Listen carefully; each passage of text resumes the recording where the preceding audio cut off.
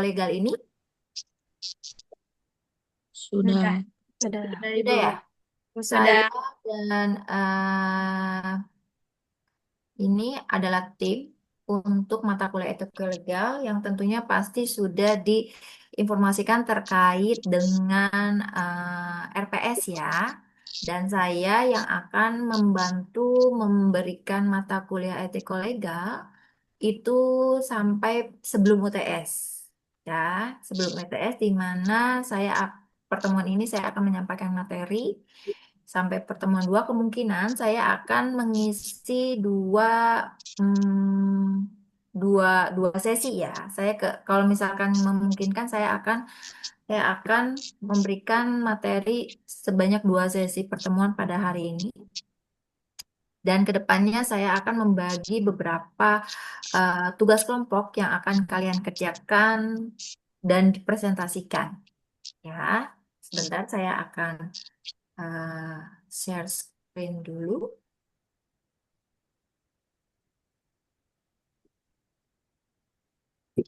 Lupa. Kalian sudah kenal nama saya? Sudah. Nah, sudah ya. Nama saya Didawanti. Saya kebetulan saat ini, sebentar.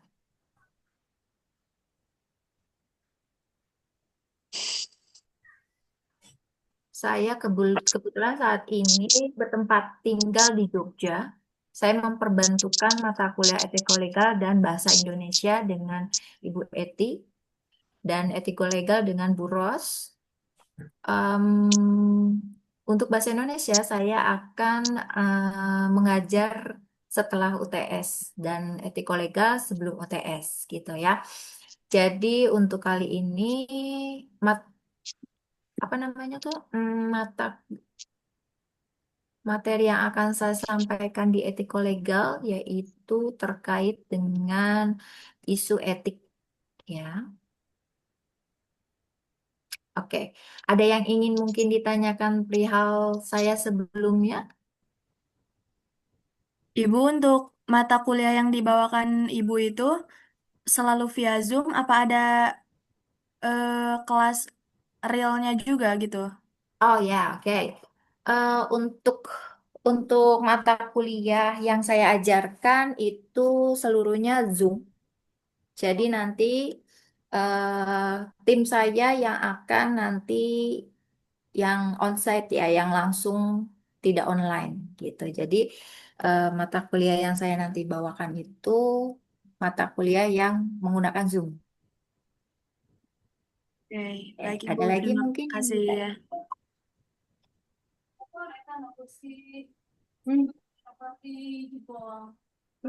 Ada lagi? Tidak ada? Cukup Ibu. Oke. Berapa ya? Saya mau. Ntar dulu.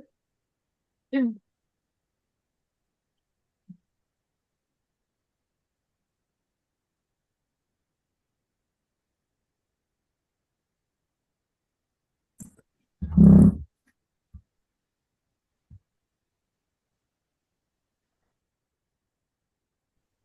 Kak, kita mulai saja ya. Untuk perkenalan kali ini luar biasa terlalu banyak. Terima kasih sudah bisa berkenan hadir di mata kuliah ini. Ya, mungkin ada beberapa yang masih belum bisa join.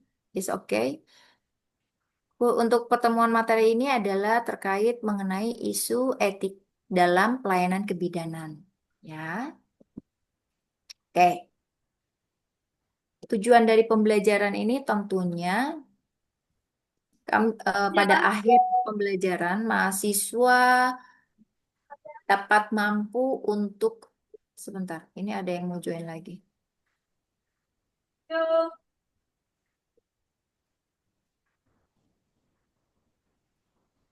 Ya,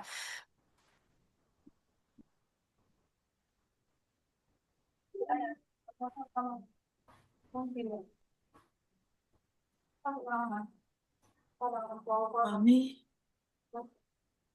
yang lain boleh di mute dulu untuk jalannya acara kita biar bisa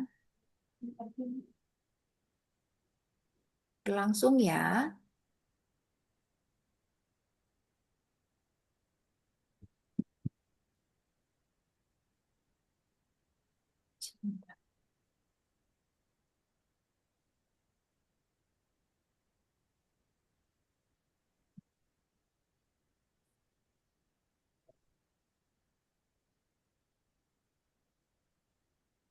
Nampak nggak?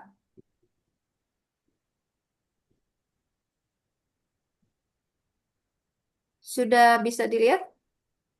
Sudah, Ibu. Ya, Bu. Sudah, Bu.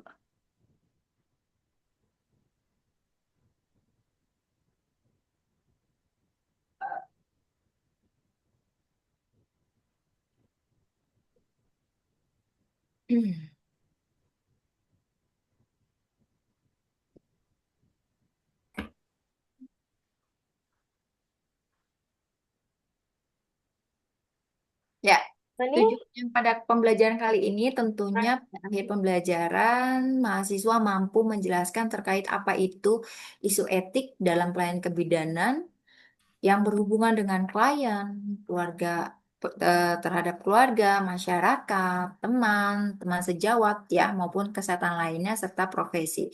Dan pada akhir pembelajaran ini juga mahasiswa mampu menjelaskan terkait apa itu isu moral, dilema dan konflik moral ya.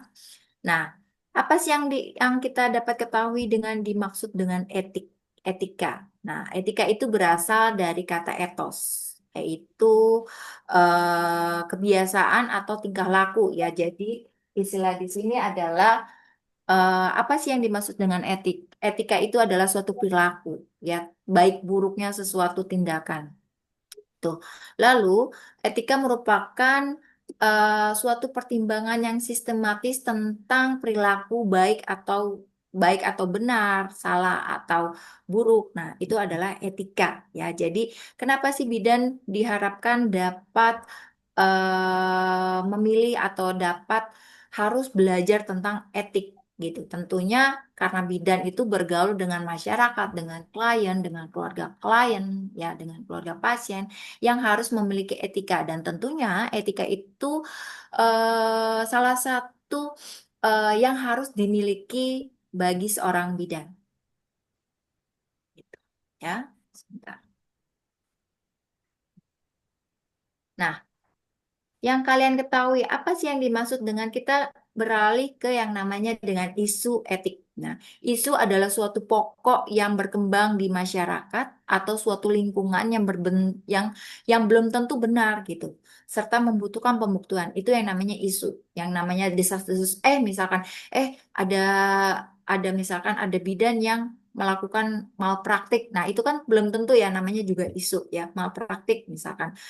Belum tentu itu adalah suatu pokok yang harus dicari, digali. Benar nggak sih ya, misalkan bidan X itu bidan Shirley itu melakukan suatu tindakan yang melanggar etik gitu. Itu adalah suatu isu ya. Lalu apa bedanya dengan isu etik dalam pelayanan kebidanan? Tentunya merupakan topik yang penting dalam berkembang di masyarakat tentang nilai manusia dalam menghargai atau suatu tindakan yang berhubungan dengan segala aspek kebidanan yang tadi saya sebutkan.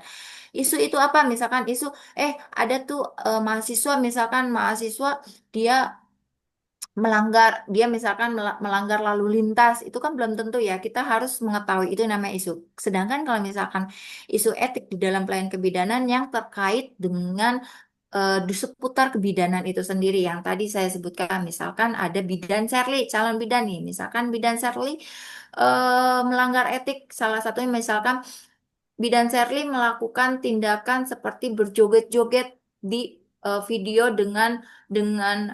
pada saat pasien melahirkan gitu ya. Itu salah satu tingkah laku Bidan Serly, apakah dikatakan baik atau tidak melakukan tindakan seperti berjoget-joget di saat pasien mengalami kontraksi yang sangat kuat, yang sangat hebat. Itu namanya isu etik.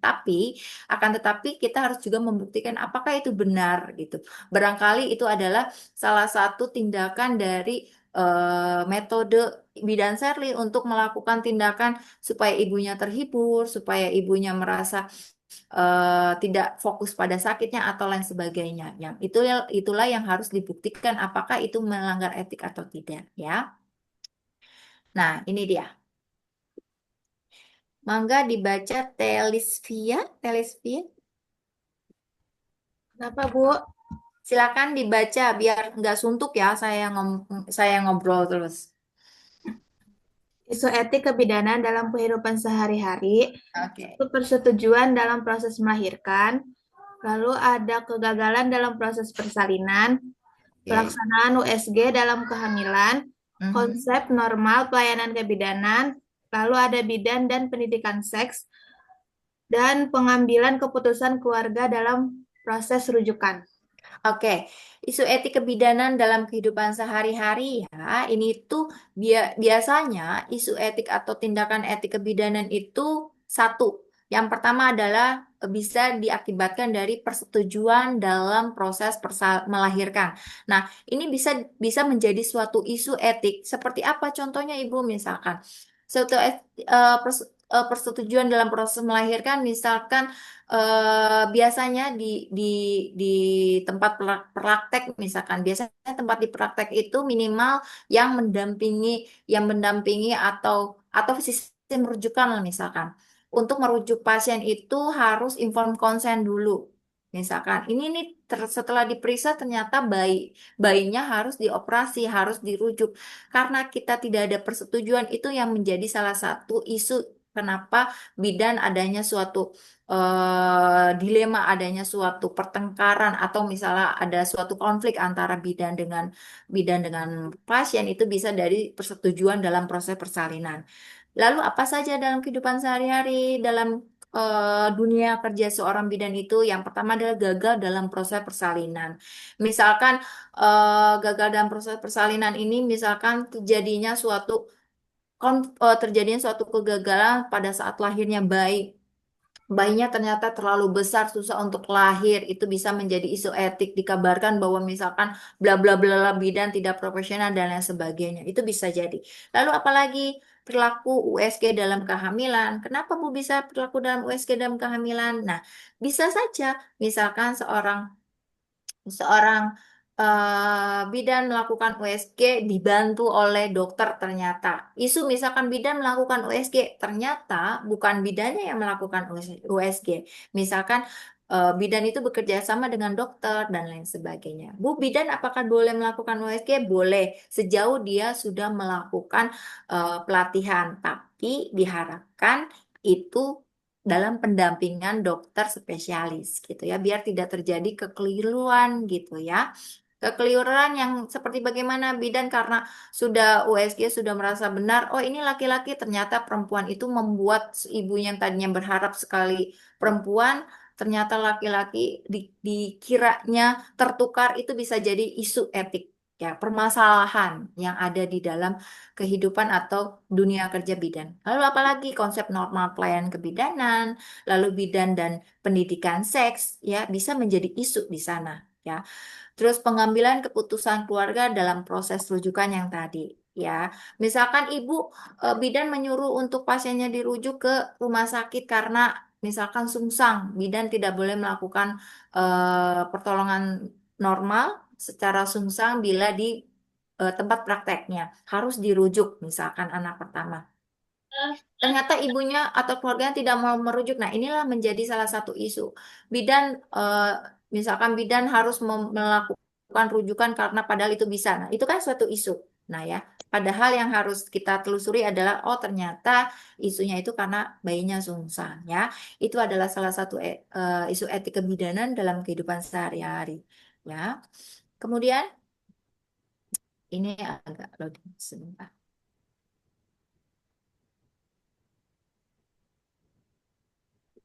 Ya, lalu isu etik kebidanan lainnya seperti apa aja? Agama, ya, agama salah satunya kepercayaan. Di mana misalkan isu etik bidan tenaga kesehatan bidan menganjurkan misalkan habis operasi ibu harus makan misalkan harus apa ya namanya tuh menggunakan KB. Dan biasanya agama itu ada agama tertentu yang melarang KB itu dipergunakan karena istilahnya mengharamkan KB karena menghalangi rezeki yang diberikan oleh Tuhan untuk bekerja, untuk hamil, ya itu bisa. Kemudian hubungan dokter dengan bidan bisa salah satunya yang tadi ya pertikaian yang belum tentu bisa dibuktikan, lalu kerahasiaan, kematian bisa menjadi itu isu etik dari kebidanan itu sendiri, hubungan dengan pasien, pengambilan keputusan, terus pengambilan data dan aborsi adalah salah satu isu etik kebidanan lainnya. Ya. Lalu contoh masalah etik yang berhubungan dengan profesi. Nih, contoh masalah etik yang berhubungan dengan profesi itu apa saja? Yang satu adalah pengambilan keputusan dan penggunaan etik. Ya, itu adalah salah satunya. Ya, lalu yang kedua adalah otonomi bidan dan kode etik profesional. Otonomi bidan itu adalah otoritas ya. Jadi hak bidan yang dihubungkan dengan kode etik profesional itu bagaimana gitu ya.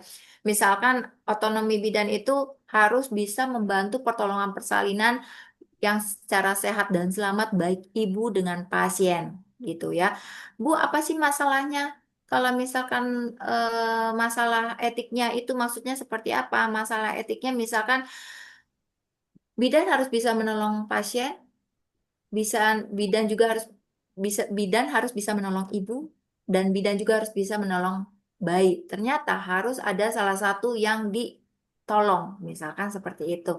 Karena konotasi misalkan karena ada something jadi kita harus memilih salah satu antara antara ibu dengan bayi ya. Lalu apa saja yang lainnya? Etika dalam penelitian kebidanan itu juga misalkan dalam suatu penelitian meneliti tentang bahan-bahan ilmiah yang harus dipergunakan dengan pasien. Nah, ini juga harus ada informed consent sebelumnya.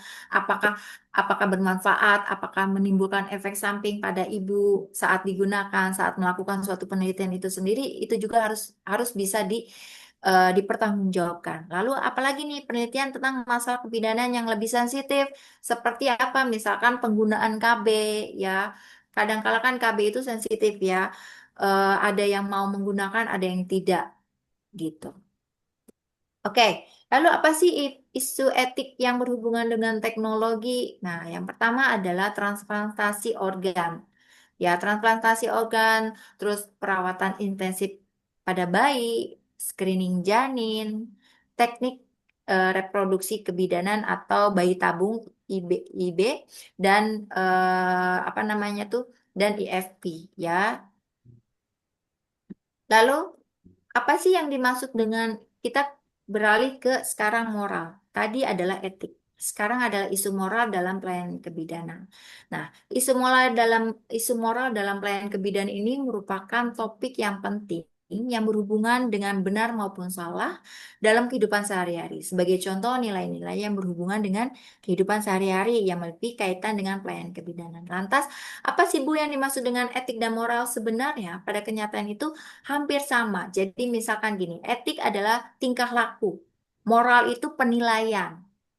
Tidak misalkan etik bidan A melakukan joget-joget. Apakah dia itu baik beretika atau tidak? Misalkan seperti itu. Oh, dia berjoget-joget itu misalkan itu tidak beretik, tidak menilai itu tentang etika tingkah lakunya kalau etika. Sedangkan kalau moral itu penilaiannya benar nggak sih bidan melakukan berjoget-joget itu benar atau salah misalkan tentunya salah. Oh tidak bermoral tuh etikanya tidak bermoral tuh tingkah lakunya seperti itu ya pembedaannya. Nah, oke. Biar tidak suntuk silakan dibaca Telisvia. Udah ya. Telut Nah, Nulfi.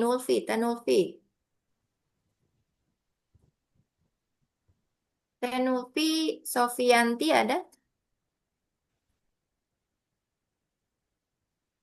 Teh Amanda bisa dibantu?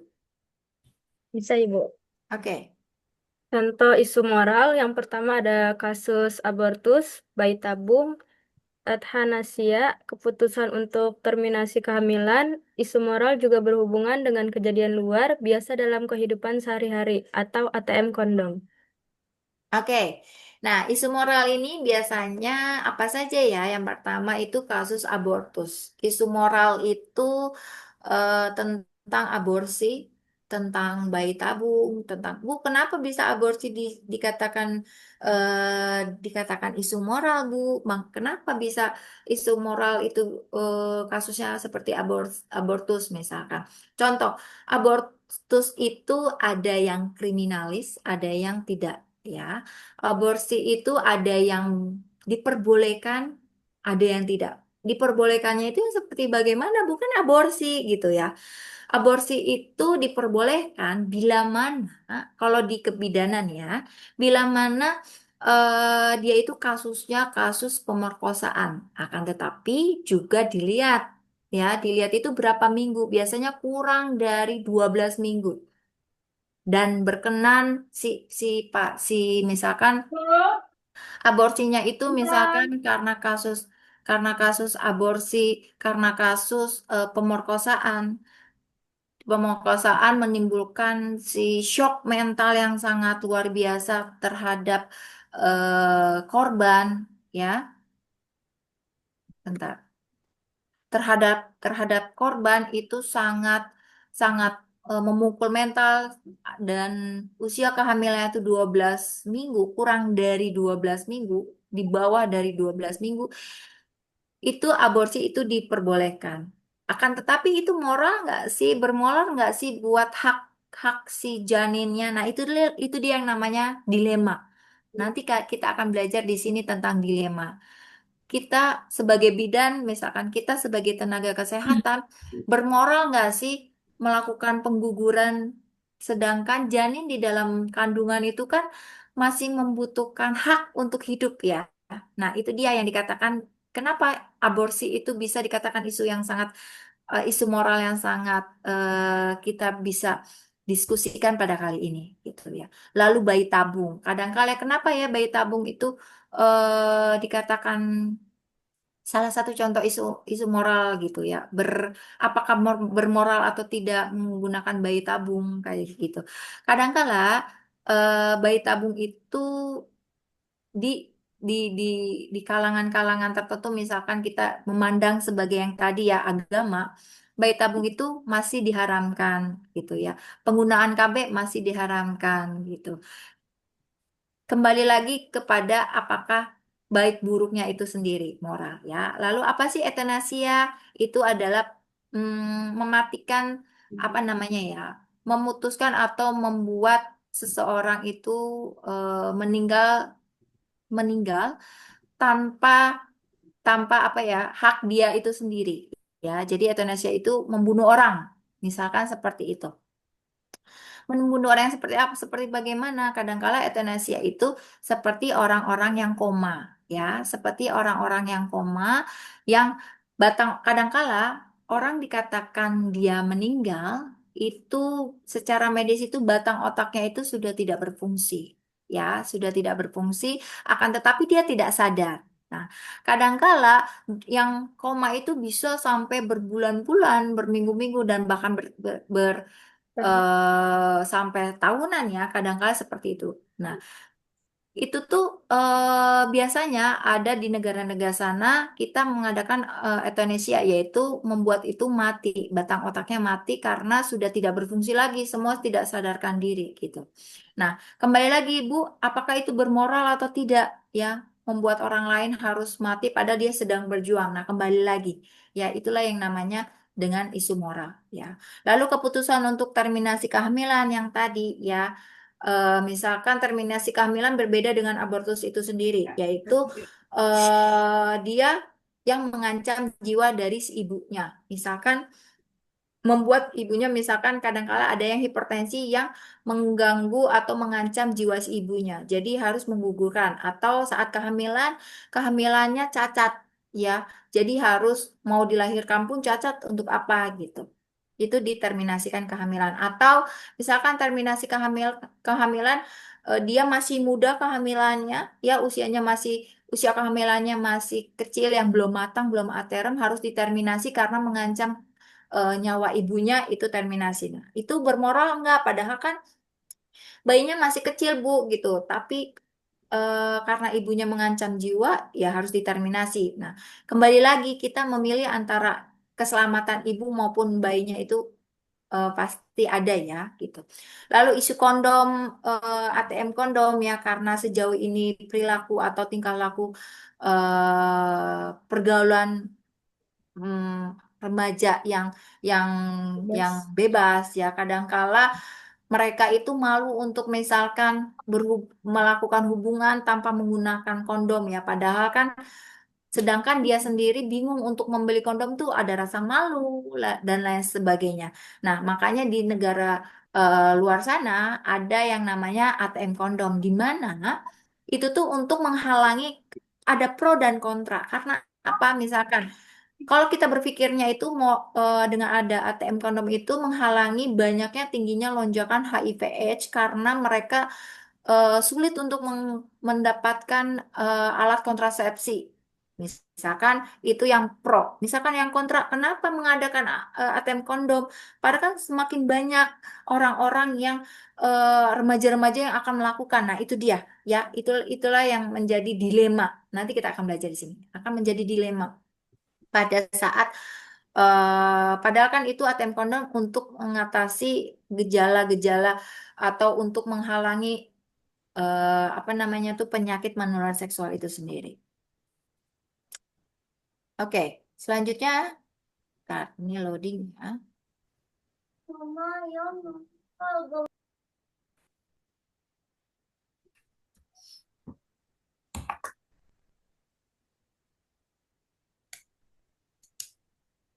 Oke, selanjutnya, nah ini dia kita berbicara tentang konflik moral. Silakan, Teh Putri, Teh Putri, mangga dibaca.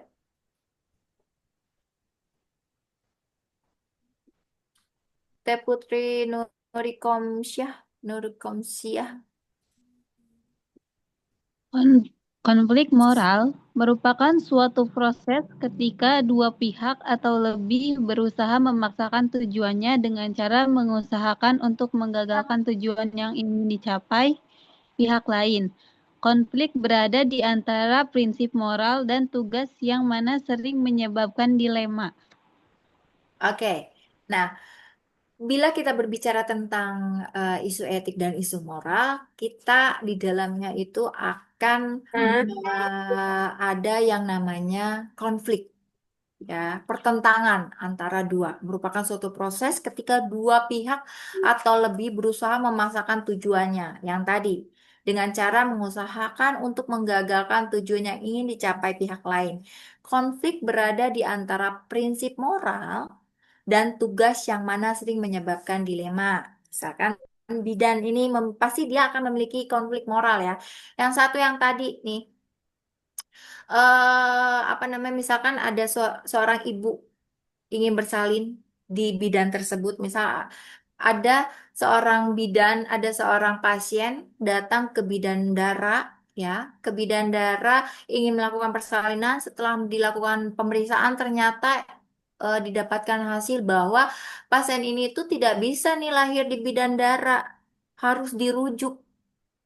Nah, kadangkala karena karena bidan darah ini tidak memiliki wewenang untuk melakukan suatu persalinan secara normal kepada pasien tersebut. Misalkan dalam konotasi dia sungsang anak pertama, gitu ya, masih pembukaan tiga yang misalkan anak pertama tadi sungsang, misalkan konflik nih Bu, saya jangan dirujuk Bu, soalnya saya misalkan saya nggak punya biaya Bu, saya belum punya BPJS. Nah, di sini nih konflik bidan bidan bidan bidan darah ini kalau dirujuk misalkan dia nggak punya biaya gitu ya, terus tapi dia ini harus dirujuk. Nah, ini adalah konflik antara si ibu yang memaksakan tujuannya untuk lahir di bidan darah, tapi si bidan ini tidak berkenan atau bukan tidak berkenan, tidak memiliki wewenang untuk melakukan persalinan terhadap ini. Nah, ini ada dinamakan dengan konflik moral. Nah, lalu silakan Teresa. Teresa,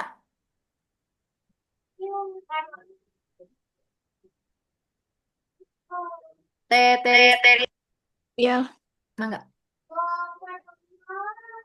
dilema moral. Dilema moral merupakan suatu keadaan di mana dihadapkan pada dua alternatif pilihan yang kelihatannya hampir sama dan membutuhkan pemecahan masalah. Yang kedua, dilema muncul karena dibentuk oleh konflik moral, pertentangan batin, atau pertentangan antara nilai yang diyakini bidan dengan kenyataan yang ada.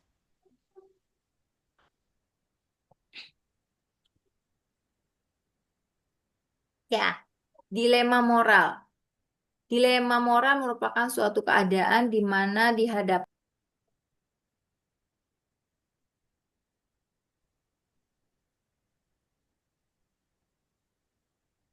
Ya, dilema moral merupakan suatu keadaan di mana dihadapkan pada dua alternatif pilihan yang kelihatannya hampir sama dan membutuhkan pemecahan masalah. Ya, dilema moral ini muncul karena benturan antara konflik yang tadi, konflik pertentangan batin dan pertentangan antara nilai yang diyakini bidan dengan kenyataan yang ada. Jadi apa sih Bu?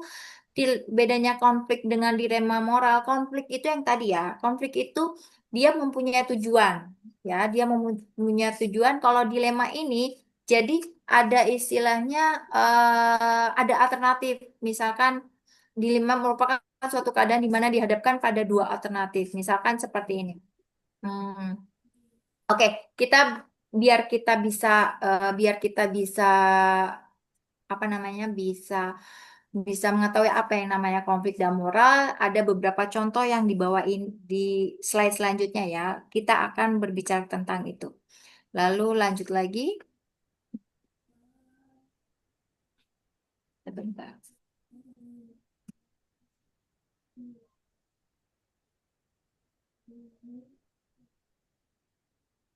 Nah, lalu apa sih dasar langkah penyelesaian masalah etik? Kita sekarang berbicara tentang apa sih dasar-dasar atau langkah-langkah dalam menyelesaikan bila mana terjadi masalah etik dalam pelayanan kebidanan. Yang pertama tentunya ya, bidan itu harus mempunyai disiplin atau disiplin tingkah laku. Dari apa? Bagaimana disiplinnya? Dari aturan-aturan dari etika kebidanan itu sendiri.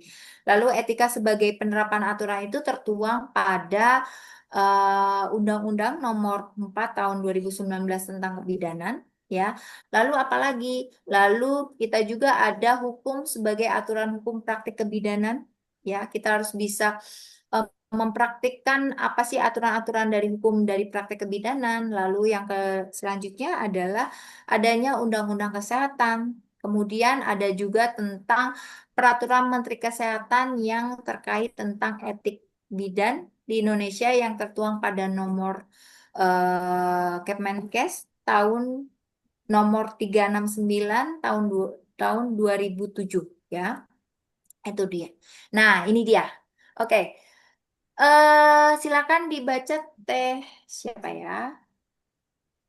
Nah, saya sekalian absen ya. Teh tulis Sunanda ada.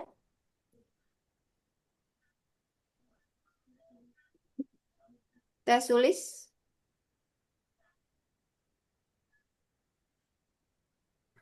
Ini yang off cam itu ada enggak ya?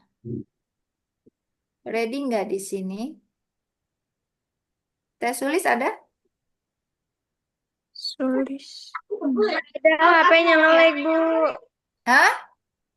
Ada. Ada Ibu. Oke. Bisa dibaca? Ya.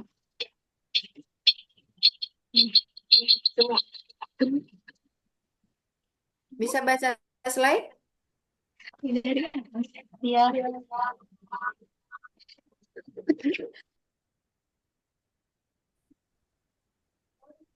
Ini yang Samsung SM A057F diganti namanya ya, karena nanti akan saya absen.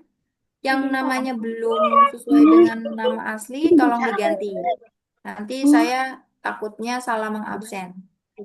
Oke, silakan dibaca Teh Anissa. Teh dibantu Teh. Semua di situ ya.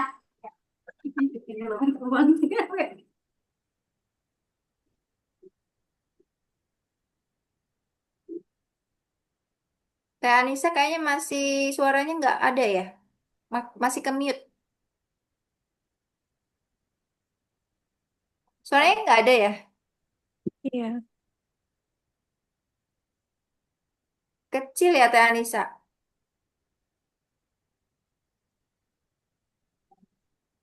Ya udah, dibantu Teh Mutiara, bisa dibantu Teh Mutiara.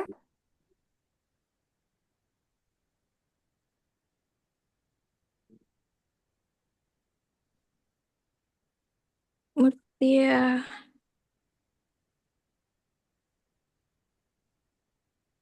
Bisa, Bu, bisa. Oke, good.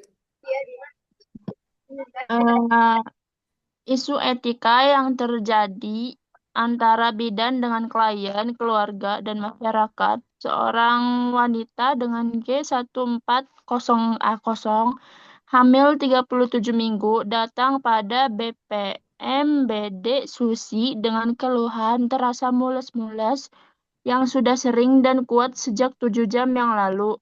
Setelah diperiksa, ternyata ibu sudah pembukaan 7 cm dengan letak sungsang.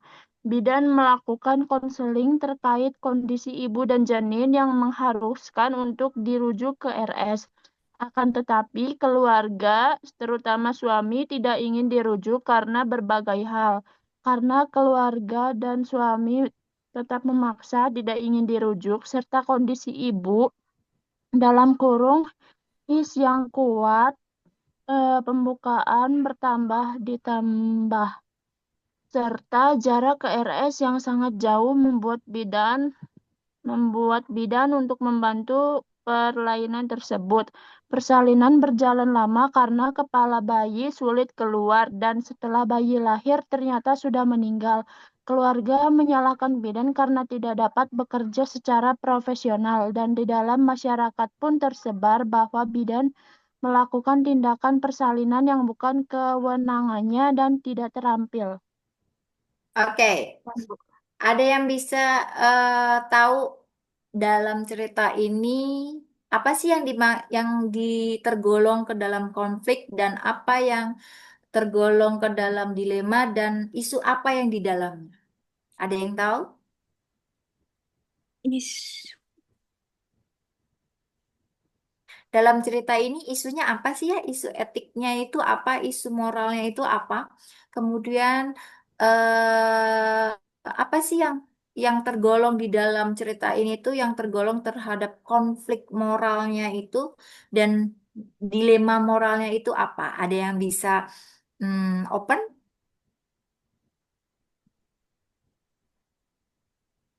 Untuk konflik moralnya, paling Bu, Sarli bisa Ya, menjelaskan.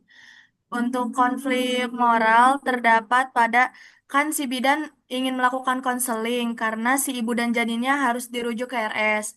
Tapi si keluarganya itu menolak karena ada berbagai hal oke. dan tidak mau Selanjutnya. dirujuk. Dilema itu konflik moral. Oke, kalau misalkan dilema moral ada yang tahu apa sih yang dimaksud dengan dilema moralnya?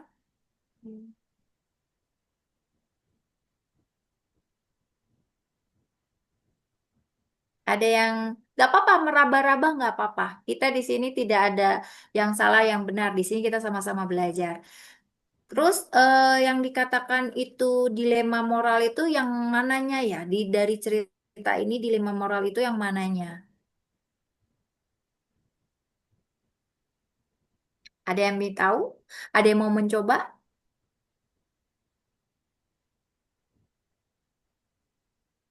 Salah tidak apa-apa. Keaktifan di kelas di Zoom ini salah juga sebagai penilaiannya. Ada yang mau mencoba? Apa sih dilema moralnya?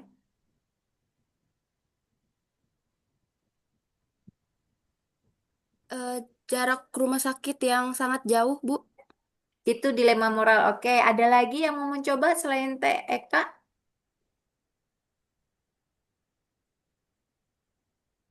Saat bayi lahir, terus udah meninggal, baru si keluarganya itu menyalahkan bidannya, Bu. Oke, ada lagi yang mau coba selain Teh Anggun? Ada lagi? Oke, Saya Bu, oke. kan dibilangnya karena itu kan ya, RS-nya sangat jauh pertama, terus juga ya itu karena apa udah tahu jauh itu keluarganya nyalahin bidannya, padahal kan sebelumnya udah dibilang gitu loh harus bukan kewenangannya si bidan. Oke. Yuk, kita bahas ya. Nah, ini dia. Dari cerita yang tadi, isunya itu yang beredar. Namanya isu itu adalah suatu berita yang belum tentu kebenarannya yang harus dikupas. Nah, di isu itu biasanya ya beredar kalau misalkan dalam cerita seperti itu tuh di masyarakat tuh beredar isu bahwa ada seorang bayi meninggal setelah ditolong bidan dikabarkan karena bidan tidak melakukan tindakan secara profesional. Biasanya seperti itu. Biasanya diheboh-hebohkan gitu ya kalau misalkan ada berita-berita semacam itu yang menyangkut tentang profesi kebidanan. Lalu konfliknya apa sih? Nah, yang tadi yang saya bilang tadi, konflik itu adalah adanya suatu hak atau bukan hak ya, adanya suatu kepentingan dua orang yang ingin yang ingin suatu tindakan itu berlangsung atau keinginan dia tuh harus dipenuhi. Seperti apa?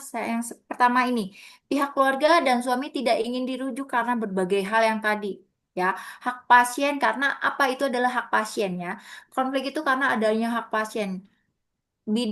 Pasien itu berhak nanti kalian akan belajar tentang hak dan kewajiban ya.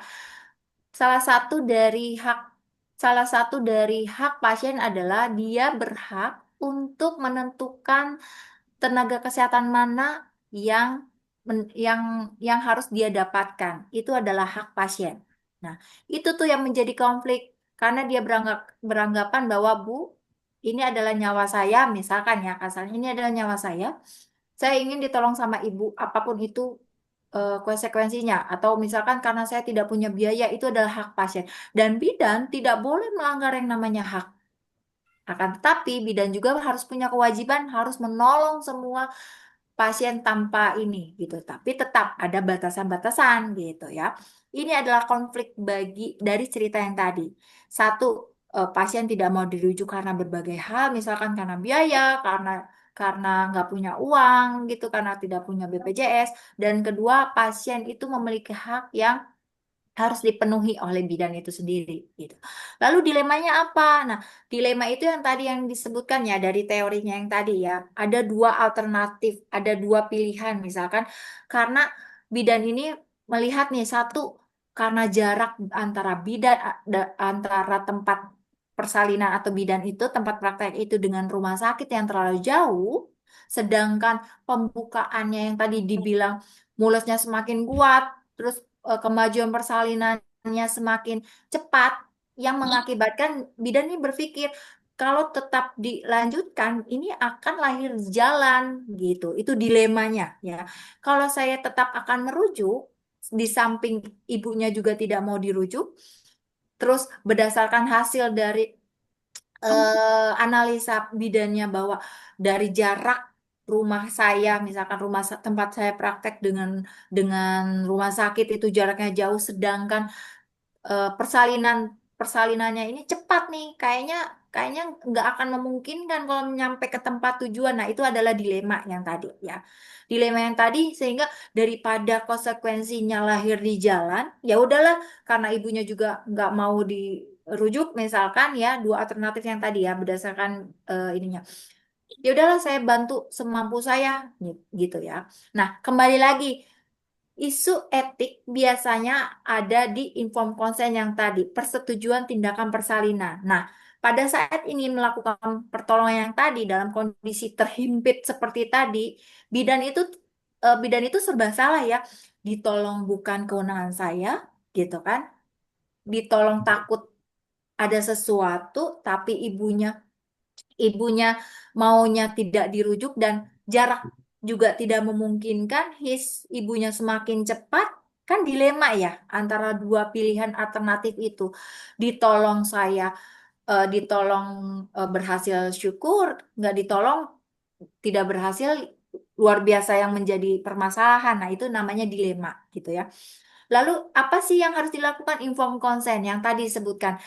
Dilema etik dilema etik itu biasanya ada pada saat tadi proses persalinan yang gagal, proses persalinan informed consent ya, itu dia ya. Oke, selanjutnya. Sebentar. Hmm,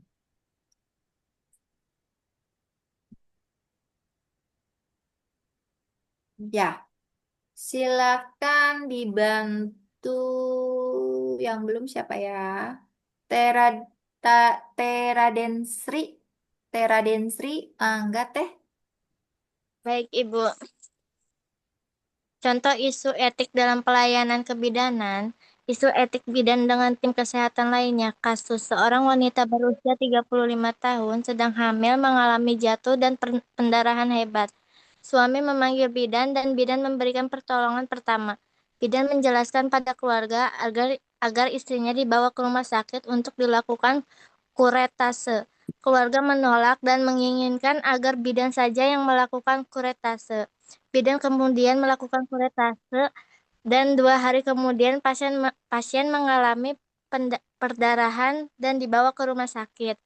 Dokter menanyakan riwayat kejadian pada suami pasien. Suami pasien kemudian mengatakan bahwa 2 hari lalu istrinya mengalami pendarahan dan dilakukan kuretase oleh bidan. Dokter kemudian memanggil bidan tersebut dan terjadilah konflik antara bidan dengan dokter tersebut. Oke, ada yang bisa menganalisa ini itu isunya apa? Terus apa sih yang tergolong dalam dilema etik maupun konflik moral dalam cerita ini, Mangga? Aku mau jelasin Untuk isu isunya. Oke, Mangga. Isu dalam kasus ini adalah ketika suami pasien kemudian mengatakan bahwa 2 hari lalu istrinya mengalami pendarahan dilakukan kuretase oleh bidan. Terus dokternya kemudian memanggil bidan tersebut dan terjadilah konflik antar bidan dengan dokter tersebut. Oke, ada yang lainnya selain Teh Amanda? Eh, saya mau jawab, Bu. Oke, Teh Eka Mangga. Menurut saya, konfliknya di sini adalah ketidakprofesionalan bidan tersebut. Oke, ada lagi mungkin dilemanya? Eh,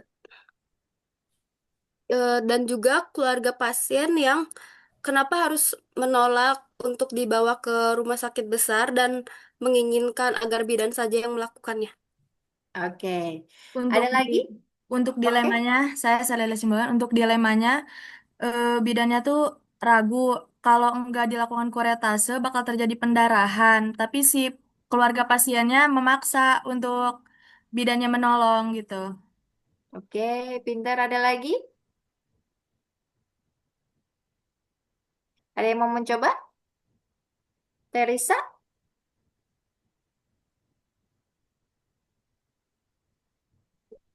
It's okay ya, nggak ada yang salah, nggak ada yang benar. Kita di sini semua belajar. Dan saya pun belajar tentunya ya. Kita sama-sama bahas.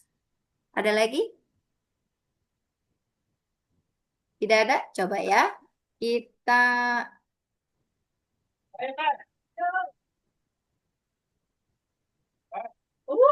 Nah, ini dia ya. Dari cerita di atas, isunya apa sih nih? Ya, isu yang kita ini kan adalah malpraktek bidan melakukan tindakan di luar wewenangnya. Kok bisa, Bu? Di luar kewenangannya. Nah, ya, apa sih yang di luar kewenangan yang tadi melakukan kuretase? Ya, melakukan kuretase bidan itu tidak diizinkan melakukan kuretase karena itu adalah suatu kewenangan dari dokter spesialis tentunya ya. Lalu konfliknya apa nih? Bidan melakukan kuretase di luar wewenangnya sehingga terjadi konflik antara bidan dengan dokter yang tadi ya. Karena apa? Adalah suatu kewenangan dari seorang seorang dokter ya melakukan tindakan kuretase kalau misalkan sejauh misalkan tidak apa-apa pasien mungkin tertutupi ya, tertutupi konflik itu sendiri ya. Tapi kalau misalkan yang tadi tuh ternyata bidannya ternyata pasien itu ada suatu gejala setelah pasca dilakukan tindakan oleh kita misalkan. Nah, itu menjadi konflik gitu ya. Lalu dilemanya apa yang tadi ya? Jika pasien tidak dilakukan, khawatir dapat merenggut nyawa pasien ya, karena perdarahan itu sangat sangat banyak, sedangkan tindakan dan jauh juga. Jika tidak dilakukan, bidan merasa melanggar kode etik kebidanan yang tadi menolong pasien, merasa melakukan tindakan di luar kewenangannya, gitu ya. Lalu Teh Irma, mangga Teh Irma dibantu dibaca. Isu etik yang terjadi antara organisasi profesi. Sepasang remaja yang berusia 13 tahun datang ke bidan praktek BDX kekasih anak tersebut menyampaikan bahwa pacarnya sedang hamil 2 bulan dan meminta bantuan bidan untuk menggugurkan kehamilannya. Kemudian bidan menolak permintaan tersebut. Gadis tersebut mengatakan bahwa ia ingin tetap sekolah dan tidak mau memberikan aib karena kehamilannya. Remaja tersebut terus meminta bidan untuk membantu menggugurkannya karena diiming-imingi uang dan merasa kasihan pada anak tersebut karena takut mendapatkan penanganan non-medis. Bidan tersebut melakukan tindakan pengguguran kehamilan. Tercuat kabar tersebut terdengar oleh organisasi IBI. Bidan tersebut dipanggil dan mendapatkan sanksi. Terima Oke, kasih. ini adalah isu etik yang berhubungan dengan organisasi profesi bidan itu sendiri. Ya, ada yang bisa kita open Shirley, isunya Shirley. apa sih? Oke, Ibu oke. isunya saya.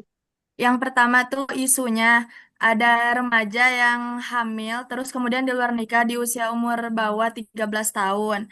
Terus Oke. untuk apa sih konfliknya, si pacarnya tuh meminta si bidannya untuk menggugurkannya. Terus untuk apa sih yang ragunya itu si bidan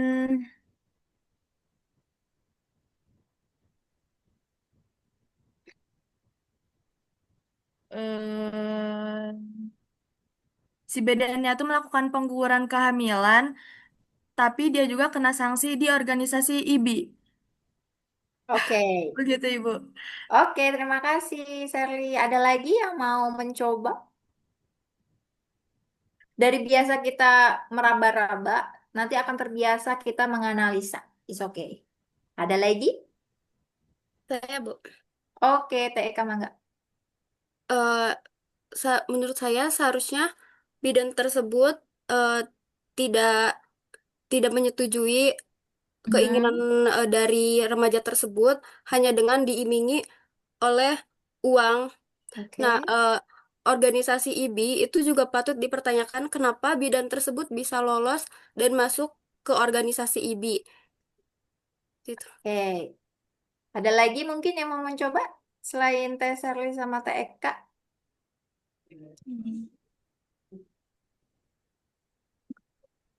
Teh Risa mau mencoba? Nah, Oke, kita bahas. Nah, ini dia. Isunya apa sih? Isunya adalah bidan melakukan yang namanya aborsi ya. Itu isu. Isu itu yang paling topiknya, topik dari si cerita itu sendiri. Kesimpulan dari isi cerita itu. Intinya kan bidan melakukan aborsi ya. Lalu konfliknya apa nih? Konfliknya itu adalah ada suatu yang tadi benar ya. Ada remaja yang hamil tentunya apa? Karena apa? Karena mungkin dia kurangnya edukasi tentang kesehatan reproduksi gitu. Dia melakukan hubungan seksualitas sehingga mengakibatkan hamil dan ingin melakukan aborsi. Itu adalah konfliknya. Ya. Lalu dilemanya apa nih? Dilemanya itu tentunya ya kurangnya edukasi tentang kesehatan reproduksi kehamilan itu sendiri ya. Jadi yang dikatakan dilema ini dalam cerita di sini adalah kurangnya informasi kesehatan. Satu, kenapa nih si bidan ini melakukan kuretase itu melakukan aborsi itu sendiri? Dilemanya karena satu, dia hamil masih usia remaja, sudah hamil otomatis karena kesimpulannya dia tidak mendapatkan atau kurang mendapatkan kesehatan reproduksi. Berita tentang kesehatan reproduksi itu sendiri. Dilemanya karena dia masih sekolah, ya, ingin melanjutkan sekolah di usia dini, ya. Kenapa dia dilemanya juga takut dia tidak mendapatkan pelayanan kesehatan, takut ngegugurin sendiri sehingga mengakibatkan perdarahan dan mengancam jiwa, itu dilemanya. Ya, jadi perlu tindakan apa nih? Perlu tindakan pemberian edukasi, ya. Yang kurang-kurang itu adalah edukasi tentang kesehatan reproduksi, kehamilan dan KB itu sendiri. Jadi harus ditingkatkan lagi gitu informasinya gitu ya. Gitu seperti itu. Oke. Di sini ada pesan yang menyebutkan bahwa never stop Kayak learning tiba-tiba gak ada because sinyal. life never Tiba-tiba kayak gak stop ada kasus teaching. lagi. Jadi teruslah belajar, teruslah mencari ilmu pengetahuan ya. Sejauh itu masih kita sebagai bidan itu di jalurnya sesuai dengan aturannya, sesuai dengan kode etiknya, tetaplah berjalan dan menginginkan ilmu gitu ya. Mungkin ada yang mau ditanyakan atau mau kita diskusikan untuk pertemuan ini. Ini kita pertemuan sudah 2 pertemuan loh ya. Pertemuan 1 dengan pertemuan 2 gitu. Ada yang mau ditanyakan perihal isu etik, dilema moral, apa saja isu etik yang ada di dalam lingkungan bidan itu sendiri? Bu, saya mau nanya, Bu. Oh, Saifah, silakan. Kan seperti yang tadi ya, kan kita udah belajar etik, dilema, konflik gitu kan. Dan itu tuh ya banyak cobaannya gitu kan ya. Saya mau nanya caranya biar kita bisa terhindar dari kondisi kayak gitu tuh gimana ya, Bu? Biar Oke. bisa melewati hal tersebut. Oke, pinter sekali. Ada yang bisa menjawab sebelum saya? Ini tadi sudah ada loh di slide. Apa sih, tindakan apa sih yang harus kita lakukan biar kita itu terhindar dari isu etik itu sendiri? Kalau kalian misalkan istilahnya fokus, ada di dalam slide.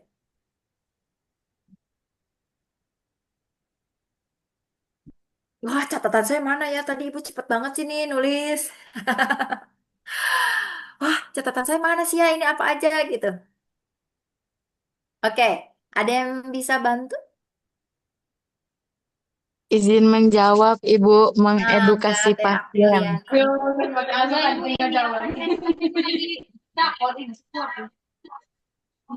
Siapa ya tadi Teh itu yang ngomong ya? Teh Apriliani benar? Iya, Bu, Dewi, tadi kamu yang jawab April. April, Bu. Oh, Teh April, mangga. Mengedukasi pasien, Bu.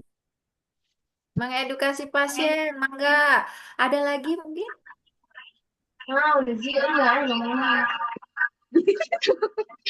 Ada lagi?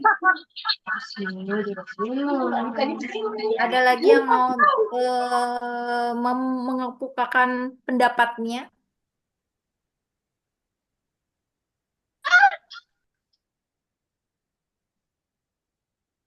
Teh Nulfi mungkin mau mencoba?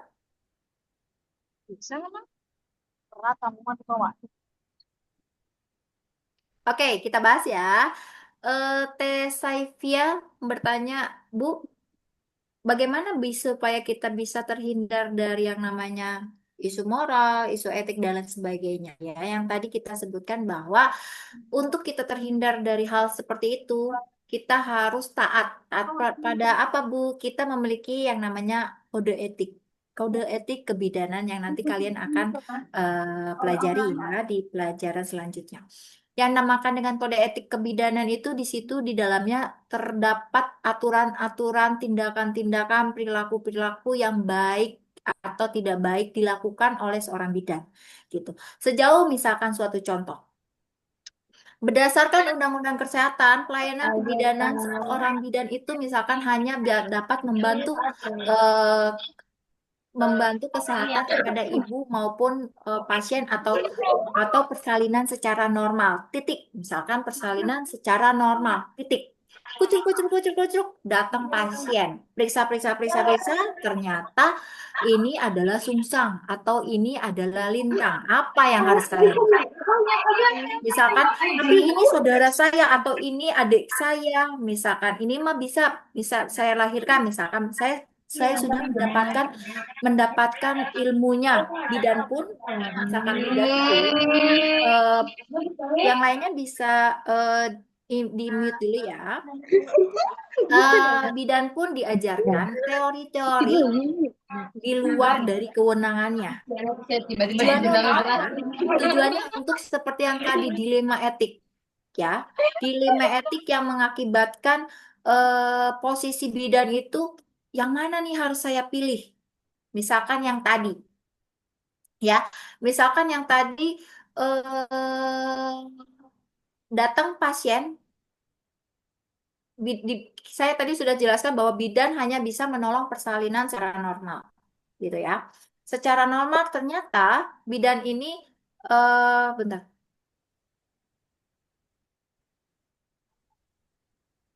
Bentar ya.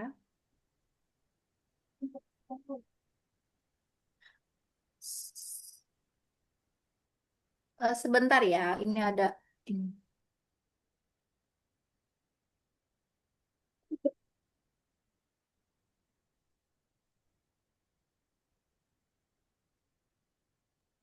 Sebentar, mohon maaf, ini ada trouble sebentar ya.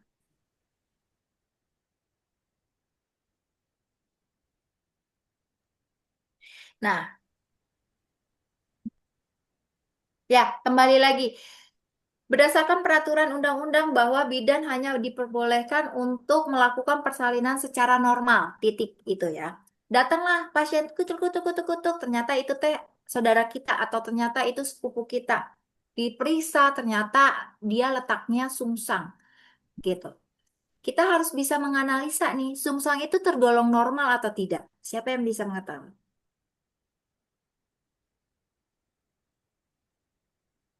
Sungsang tergolong normal enggak? Tidak, Bu. Nah, Harus tidak. memerlukan Lalu, bantuan dokter. oke. Lalu apa yang harus kita lakukan? Melakukan rujukan. Melakukan rujukan kepada dokter Obgyn. Nah, Perawatan pintar yang lebih sekali. lengkap. Oke. Tapi ternyata ada dilema. Harusnya kan dirujuk ya. Iya. Harusnya dirujuk.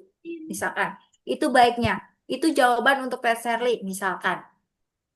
Satu, kita merujuk.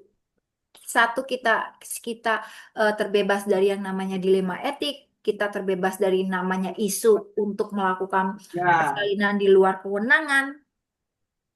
Itu salah satunya ya. Kita harus melakukan tindakan-tindakan yang sesuai dengan peraturan yang telah ditetapkan untuk kita.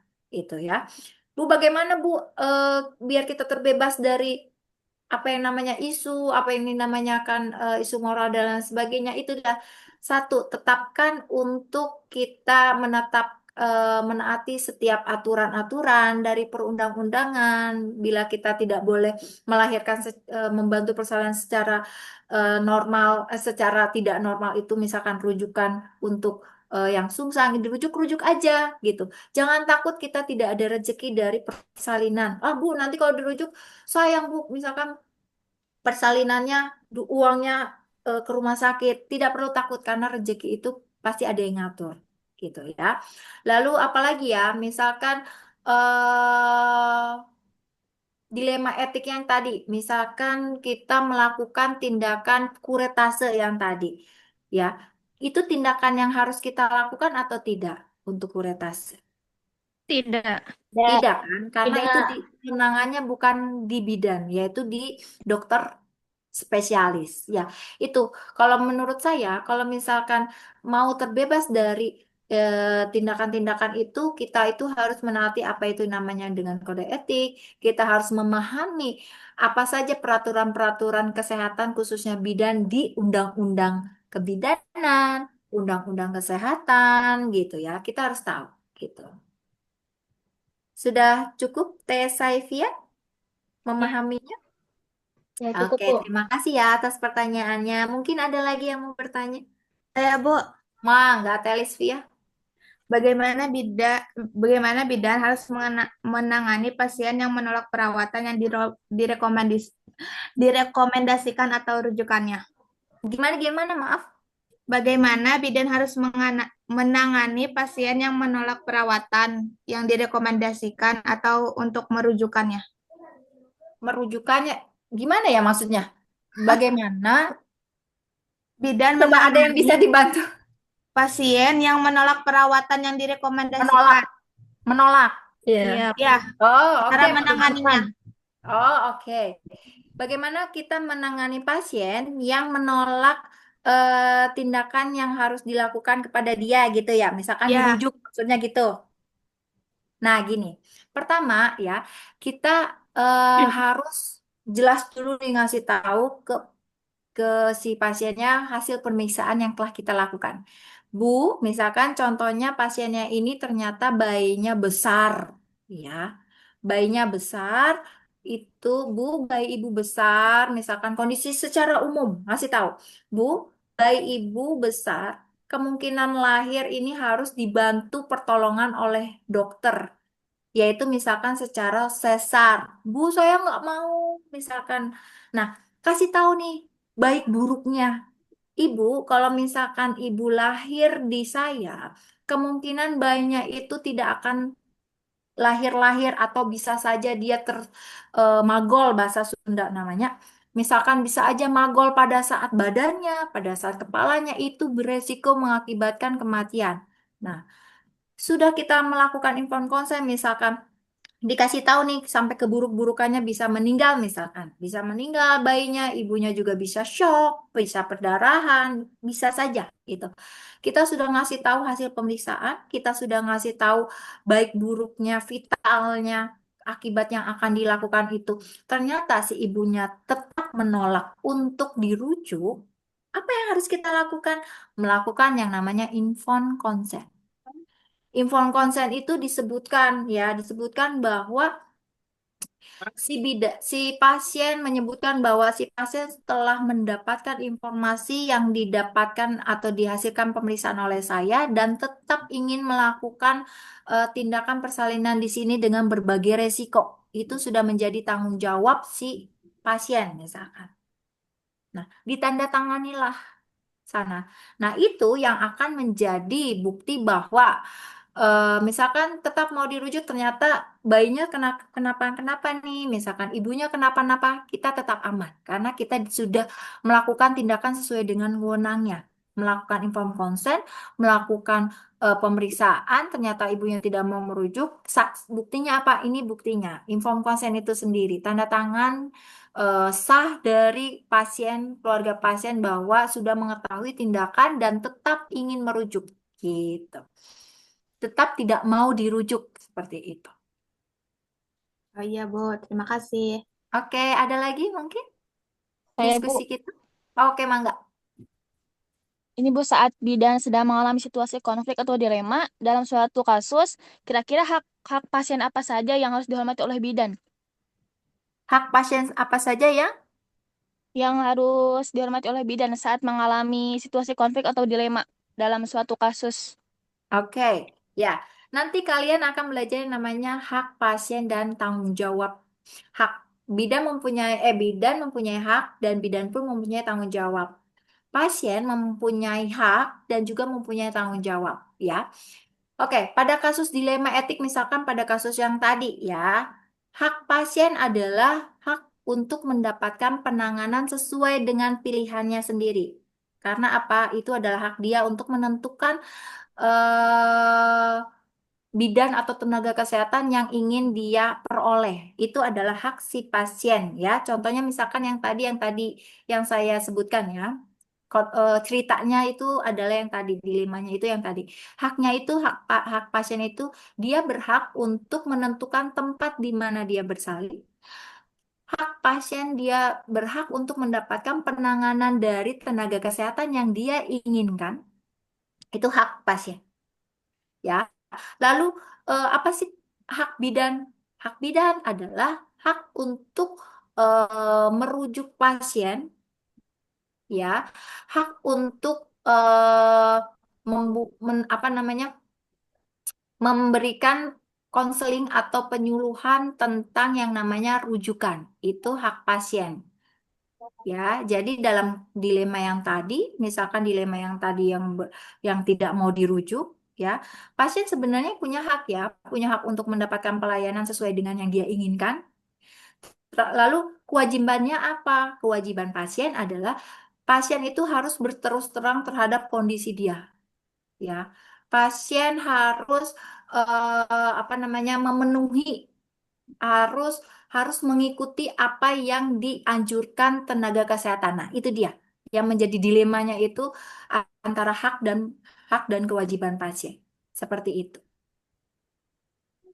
Bisa dipahami, Teh Nulvia tadi, Teh Amelia yang tadi.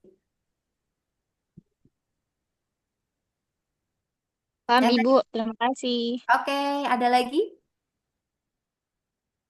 Eh, aku Ibu. Oke, Teh Amanda, mangga.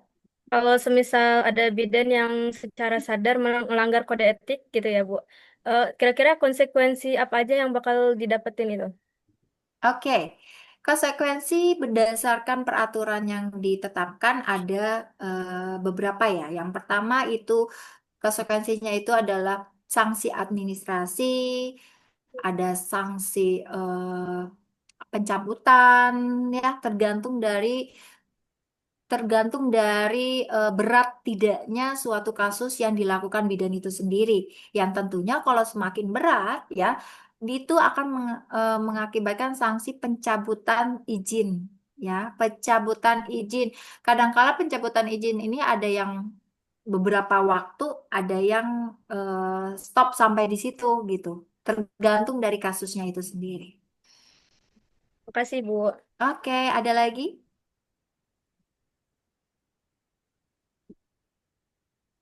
Ada lagi mau didiskusikan pada kali ini? Ibu aku. Oke, Teh Irma, mangga. Itu kan tadi dari banyaknya masalah apa sih kecerobohan bidan itu kan kayak bidannya keceroboh itu nanti bakal dapat tuntutan nggak Bu? Oke, Dari ya. oke. Atau mendapat tuntutan itu tergantung dari ada yang melapor atau tidak. Nah, semua kasus maupun kesehatan tidak kesehatan itu tidak akan mendapatkan tuntutan bila mana tidak ada yang melakukan tuntutan, tidak ada yang melapor, gitu. Tergantung dari misalkan gini. Misalkan bidan melakukan aborsi yang tadi, ya, misalkan melakukan ada kasus yang tadi tuh melakukan tindakan aborsi anak SMA 2 remaja yang tadi, misalkan, ya, misalkan melanggar kode etik itu, melakukan tindakan tidak sesuai dengan kewenangannya. Kalau misalkan itu tidak ada yang mengetahui, tidak ada yang melapor, itu tidak akan menjadi suatu tuntutan. Tapi kalau misalkan sudah ada yang melapor, itu akan menjadi tuntutan. Misalkan tuntutan orang tua dari si gadis. Ternyata ada sesuatu, ada perdarahan lah, ada apalah. Ternyata, oh, anak saya dikuretase atau digugurkan kandungannya mengakibatkan perdarahan sehingga meninggal, amit-amit. Ibunya nuntut dong. Nah, itulah tuntutan.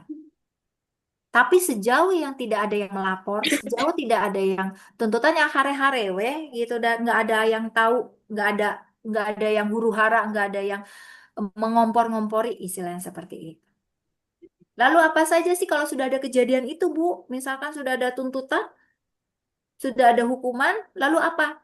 Nah, nanti kalian akan belajar nih di sesi selanjutnya bagaimana cara melakukan tindakan mediasi, bagaimana cara menganalisis atau cara melakukan tindakan supaya damai, supaya terjadinya rujukan, misalkan tindakan-tindakan supaya bisa memecahkan permasalahan. Nanti kalian akan belajar di sesi selanjutnya. Gitu. Sudah dipahami, Teh Irma?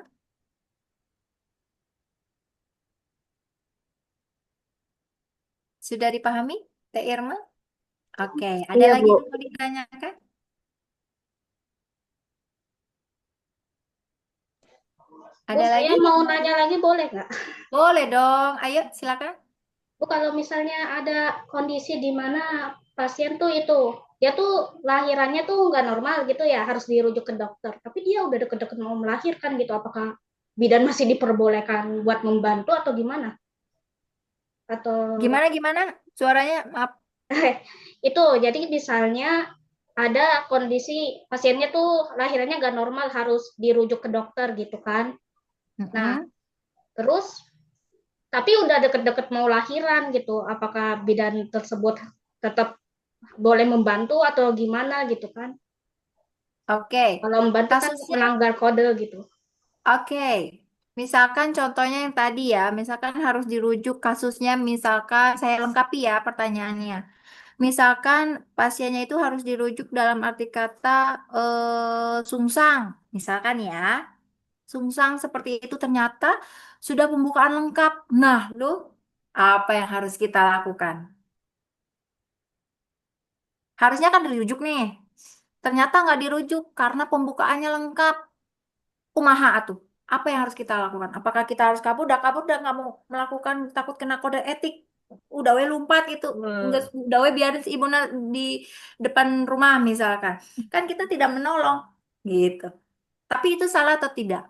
Itu bermoral atau tidak? Tidak. Tidak. Tidak kan ya? Tidak. Lalu apa dong? Nah, Tidak. itulah yang dinamakan dilema dilema etik moral, isu etik, isu moral dilema. Yang satu misalkan ini harus dirujuk misalkan karena sungsang, tapi udah pembukaan 10 Ibu, gitu gimana? Kita nilai lagi ya. Jauh nggak nih jarak rumah kita sama rumah sakit? Memungkinkan nggak nih pertolongan persalinannya tetap dirujuk misalkan? Kalau berdasarkan hitungan-hitungan kita ternyata oh masih bisa dirujuk, rujuklah.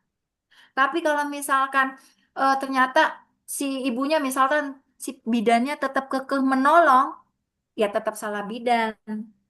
Kalau misalkan kasus yang tadi Teh Saifah bilang, ini harus dirujuk, tapi malah misalkan malah bidannya yang mau menolong. Tergantung kondisi ya. Kondisinya seperti apa dulu, kondisi pasien dengan kondisi tempatnya, memungkinkan atau tidak. Kalau sejauh sejauh kita masih masih dalam kondisi benar untuk menolongnya secara normal karena kondisinya tidak memungkinkan, itu kita tolong. Karena kita itu sebagai bidan itu tetap diajari cara bagaimana melakukan tindakan persalinan secara sungsang, walaupun kita tidak diizinkan untuk menolong persalinan secara sungsang di tempat pelayanan bidan kita sendiri. Gitu. Kita diajarkan.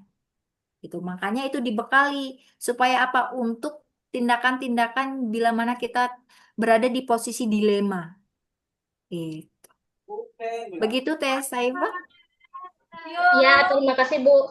Oke, ada lagi mungkin? Tidak ada? Sudah cukup?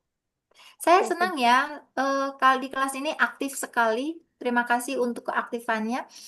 Oke, mungkin kita sudah cukupkan. Tidak terasa sudah mau hampir 2 jam kita berdiskusi pada kali ini ya. Terima kasih atas keaktifan kalian. Semoga ilmu yang saya, materi yang saya sampaikan pada hari ini dapat menjadi bekal buat kalian sebagai informasi buat kalian ke Amin. depannya. Amin. Ya, menjadikan kalian lebih baik lagi ke depannya saat sudah menyandang gelar bidan ke depannya. Oke, bisa open kamera kita absen dulu sebelum setelah ini.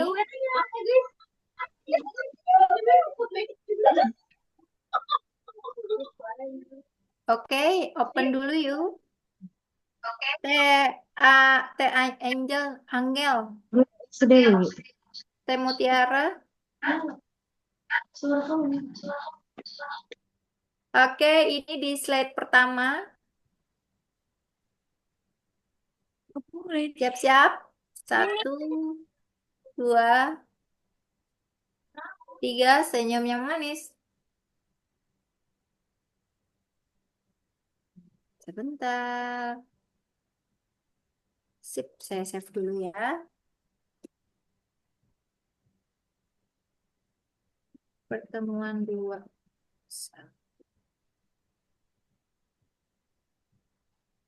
Selanjutnya,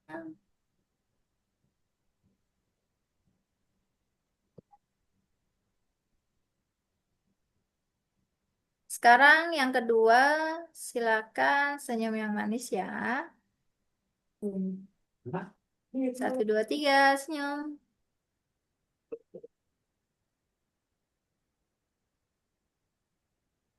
Oke, saya save dulu. Selipkan.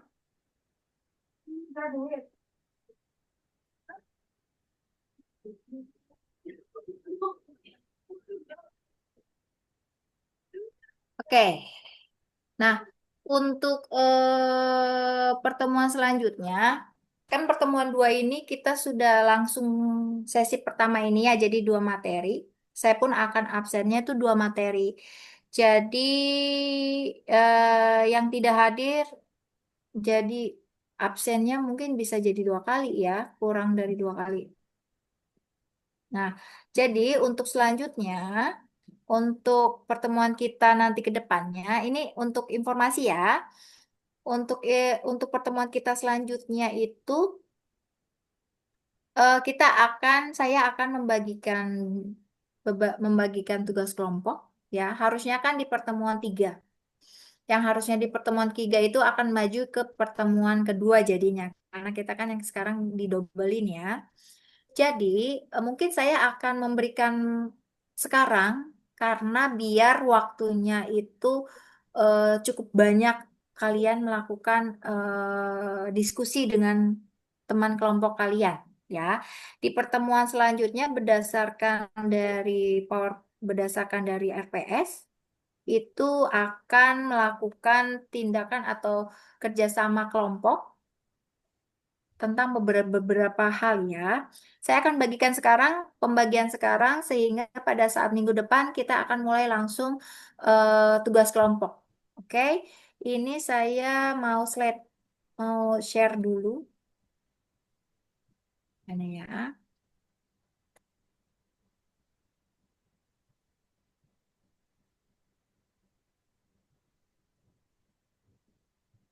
Sebentar.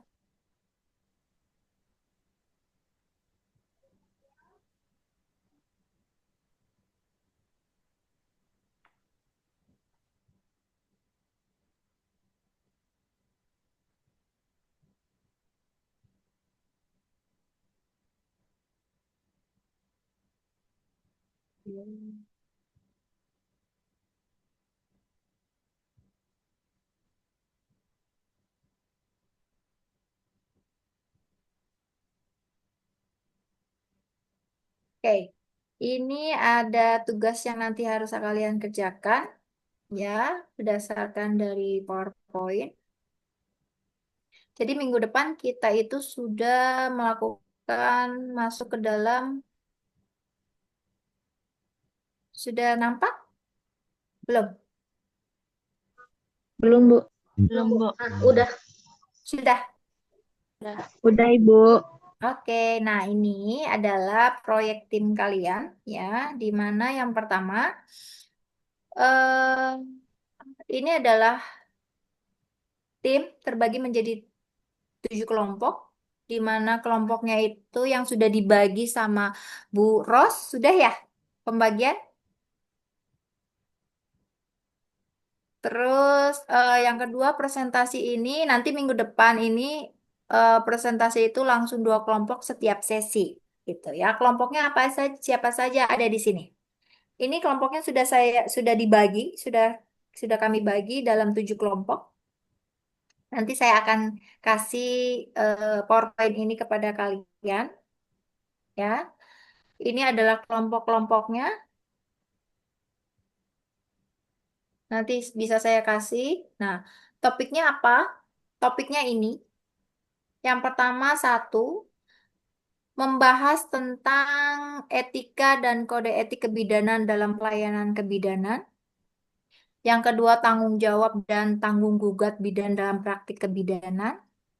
Yang ketiga, informed consent informed choice dalam praktek kebidanan, lalu kelalaian atau human error dan malpraktik dalam praktik kebidanan. Yang kelima, pembahasan standar prosedur operasional atau SPO dalam praktik kebidanan. Yang keenam, rekam medis. Yang keenam, rekam medis dan Permenkes nomor 269 tentang rekam medis dalam praktik kebidanan. Dan yang ketujuh, penerapan pembuatan patograf dalam praktik kebidanan. Itu topiknya dalam 7 kelompok. Kemudian mengenai kelompok-kelompok ini sesuai dengan misalkan kelompok 1, yang 1 membahas tentang etika dan kode etik. Kelompok 2 membahas tentang topik nomor 2. Dan seterusnya ya, kelompok 7 topiknya nomor 7. Kemudian, apa saja sih yang harus di uraian tugasnya itu? Yang pertama adalah nomor topik harus sesuai dengan nomor kelompok yang tadi saya sebutkan. Yang kedua, menjelaskan tentang topik terkait. Misalkan topik yang terkait itu contoh ya, tentang nomor 3 tentang informed consent. Ya, informed consent kalian nanti bahas di sana apa itu informed consent, apa saja yang dimaksud dengan informed consent dan lain sebagainya terkait dengan informed consent. Dan nanti di dalamnya itu kalian harus mencari masalah-masalah atau isu-isu yang baik dari internet, baik dari TV, koran dan lain sebagainya terkait tentang yang tadi informed consent, terkait tentang informed consent, terkait dengan topik-topik yang tadi disebutkan. Misalkan saya tadi contoh tentang informed consent. Carilah berita atau isu tentang dia melanggar terkait tentang pemberian informed consent, tidak melakukan informed consent dan lain sebagainya. Ya. Lalu nomor 3A, jelaskan masalah etik yang tadi ya, menjelaskan masalah etik dan cara menganalisa pembuktian dari kasusnya ya, dari kasus yang tadi misalkan didapatkan bahwa ada bidan bla bla bla bla bla bla tidak melakukan informed consent, dapat beritanya misalkan dari TV atau dari koran. Kalian bahas nih, telaah ya, analisa. Apa sih jelas permasalahan etiknya itu di mana? Dan cara menganalisis pembuktian bahwa dia itu bersalah, bahwa dia itu tidak bersalah, itu seperti apa? Padu-padankan dengan teori-teori yang sudah kalian dapat terkait misalkan informed consent itu harus bla bla bla bla bla bla. Misalkan seperti itu. Tertuang di bla bla bla bla bla gitu. Dipadu-padankan si teorinya, dimasukkan di sana. Nah, gitu. Terus yang 3B-nya menjelaskan dan menerapkan langkah-langkah penyelesaian masalahnya apa saja. Nah, kalian jelaskan nih untuk supaya langkah-langkah penyelesaian si masalah ini tuh seperti bagaimana agar tidak terlalu tidak terlalu mencuat dan lain sebagainya. Itu harus seperti apa gitu ya. Lalu yang 3C menganalisis bagaimana sih mediasinya, mediasi itu bagaimana sih penanganannya, bagaimana sih caranya mediasi itu ya. Dalam menyelesaikan suatu gugatan itu sendiri seperti apa yang tadi ditanyakan, sempat ditanyakan. Nah, di sini kita bahas ya dari setiap isu etik yang ada. Oke? Kemudian lengkapi dengan yang tadi ya, lengkapi dengan jurnalnya untuk menambah teorinya, menambah mata materi-materinya. Ya, jumlah buku minimal 5 ya, yang jelas minimal 5, lebih boleh.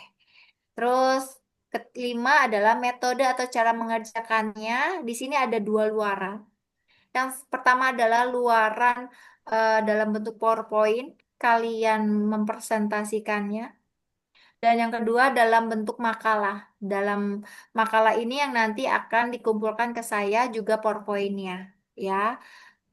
Peraturannya spasinya 1,5, hurufnya Times New Roman, formatnya 12. Bagaimana nih sistematikanya? Yang pertama ada judul tentunya ya. Judulnya apa yang tadi yang terkait dengan ini nih, topik pembahasan. informed consent dan informed choice gitu. Daftar isinya apa saja? Daftar isinya ada ini nih, misalkan bab 1 tentang otomatis yang terkait tentang topik pembahasan yang tadi ya. Lalu daftar pustakanya apa saja disebutkan situ, definisi dari informed consent, terus peraturannya apa saja dan lain sebagainya. Terus yang ketiga itu selipkan isunya, isu yang tadi kalian dapatkan terkait dengan topik pembahasan yang tadi. Ya, si bab 3 ini tentang isu terkait topik pembahasan. Carilah isu-isu terkait kebidanan atau terkait kesehatan, ya, yang misalkan contoh kasus pada topik pembahasan informed consent, terus atau malpraktik, gitu, ya, seperti itu. Isu itu tidak serta-merta yang ini ya, yang penting kesehatan maupun kebidanan gitu. Lalu yang ketiga, lampirannya apa saja ya, lampirannya tadi beritanya apa saja, mungkin ada foto-foto, mungkin ada PowerPoint, mungkin ada lain sebagainya. Dan terakhir daftar pustaka. Oke. Nah, ini dia. Oke, ada yang mau ditanyakan terkait pembagian tugas ini? Nah, nanti minggu depan kita sudah mulai presentasi 2 kelompok pada sesi minggu depan. Ya, Bu, siapa yang duluan maju? Nah, ini dia. Untuk spesialnya, kita maunya gimana? Saya akan memberikan forum untuk kalian mengemukakan pendapat. Atau saya yang tentukan untuk Ibu. Ibu aja yang tentuin, Bu. Oke, Ya, Bu. saya aja ya. Berarti yang besok pertama kali maju adalah yang awal dan yang akhir. Kelompok 1 dan kelompok 7. Kami mulai ini. Ya, yang besok maju itu kelompok 1 dan kelompok 7. Bu, selanjutnya gimana?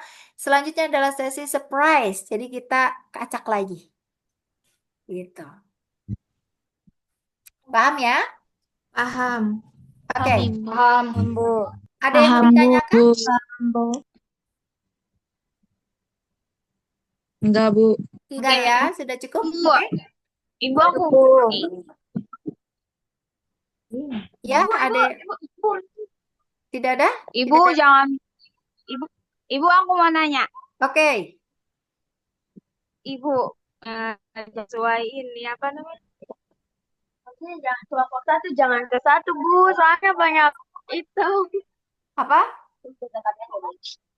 Gimana? Presentasinya. Gimana? Maaf, nggak kedengar.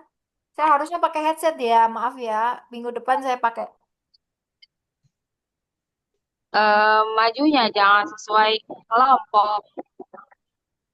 Nah, itu dia. Saya akan Maksudnya kembali. jangan Maunya gimana? Maunya ditentukan atau gimana? Yang tadi kata Ibu aja, Bu. Yang kelompok 1 dan kelompok 7 yang maju. Iya, Bu. Itu Iya, aja. Bu, iya.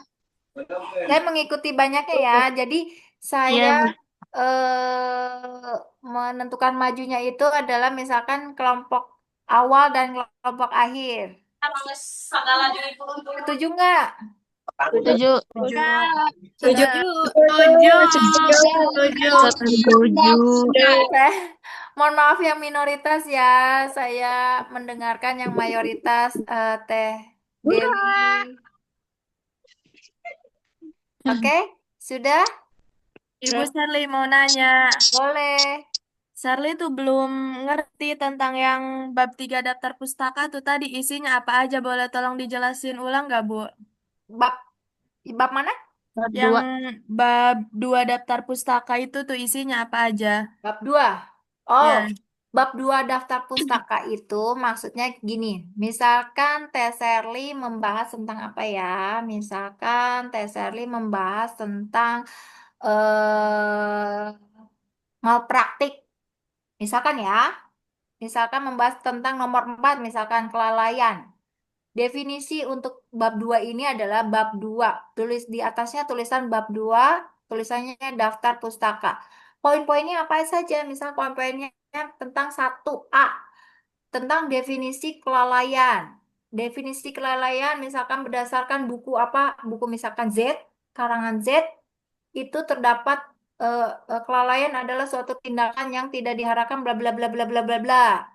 Terus apa saja yang B, misalkan golongan B titik yang A-nya itu kan definisi kelalaian. Misalkan ya, yang ke B-nya itu misalkan masalah-masalah apa ya namanya? Misalkan yang dianggap tindakan yang dianggap sebagai lalai, misalkan B. Terus yang C, misalkan bila mana terjadi kelalaian, apa yang harus dilakukan? Misalkan D, misalkan apa saja sanksi-sanksi bila melakukan kelalaian. Dijelasin gitu. Terus karena ada dua, ada malpraktik juga di situ saat misalkan di bab bab 2 bab 2 tentang pustaka kan bab 2.1 tentang kelalaian. 2.2 tentang misal tadi malpraktik. Nah, di bawahnya 2.1.1 misalkan definisi kelalaian. Apa saja sebutkan, bla bla bla bla bla bla bla. Terus 2.2.2 misalkan yang tergolong kelalaian itu apa saja? Misalkan tindakan yang tergolong kelalaian itu apa saja? Jelaskan. Terus misalkan 2.2.3 misalkan sanksi bila melakukan kelalaian apa saja? Gitu. Paham? Paham, Ibu. Terima kasih. Oke, ada lagi mungkin? Ibu, saya mau nanya. Mangga, mangga. Itu yang poin G kan ada daftar pustaka lagi, apa itu tinggal nyalin yang dari bab 2? Yang mana? Yang Yang G. poin G. Nah, ini kan tentang bab tentang teori nih. Ini tuh maksudnya mungkin lebih tepatnya tinjauan teori ya. Tinjauan teori. Misalkan di bab misalkan di bab 2 Teteh tuh membahas tentang yang tadi malpraktik 2.2.2.1 pengertian malpraktik dari buku Z misalkan. Dari buku Z ditulis di situ malpraktik adalah bla bla bla bla bla bla bla bla bla bla bla bla. Nah, di halaman G itu adalah bukunya tuh apa nih sebutkan. Nih ya, aku kasih contoh ya. Contoh kalian membuat ini biar biar tergambar sebentar ya. Saya kasih contoh biar kalian tergambar. Sebentar ya.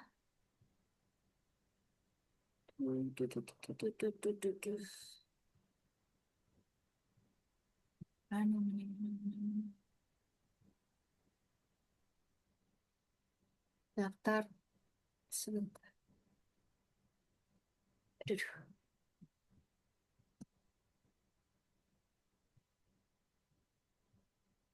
Hmm.